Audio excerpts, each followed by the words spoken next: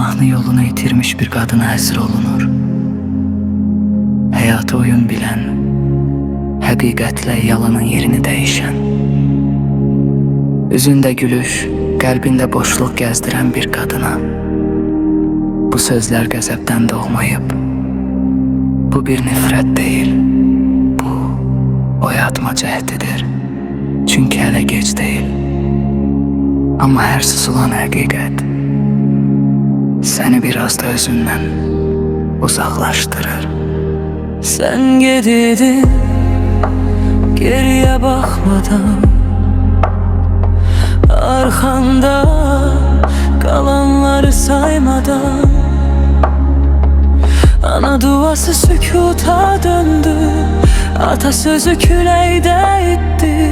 Kardeş bacı ad olarak kaldı. Kan eğri ama gel ayrıldı. Geceni seçtin gündüze karşı, ışığı yok kölgeni kucakladım. Sen elə bildin ki hiç kim görmür, her sırrı torpağa bastırılır. Ama bir bakış var sessiz, derin, her şey olduğu kimi yazır. Eğer yolunu değişmesen tek kalacaksan, bir gün adın bile çağrılmayacak. Sen sevgini sındırdın, sedakati yitirdin ama hakikat seni tapacak. Sen sustun, o ise baktı. Sen unuttun, o ise sakladı. Her şeyi yazdı kalbin lövhelerinde.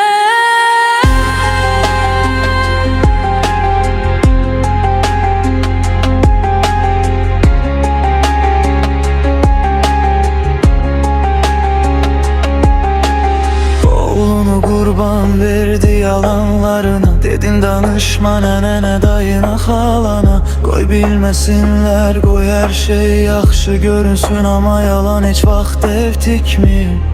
Özü yad bakışlarda ittin, sevgi sandığın şey seni terk etti. Seni istifade edenler gitti, sen ise boşluğla baş başa kaldın.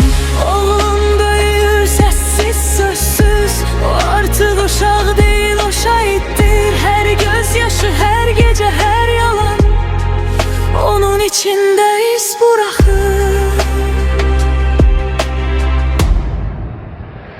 Eğer yolunu değişmesen tek kalacaksan, bir gün güzgü bile yüzüne bakmayacak. Sen aileni incittin, evi dağıttın, ama hele bir yol var geri kayıtma. Çünkü hele geç değil, hele bir kalp seni gözlü. O her şeyi yazdı ama hele de seni ana çağırır. Bəzi səhvlər zamanla silinmir, ama tövbə ürəyi xilas edə bilər. Seçim sənin əlindədir, bugün hələ mümkün.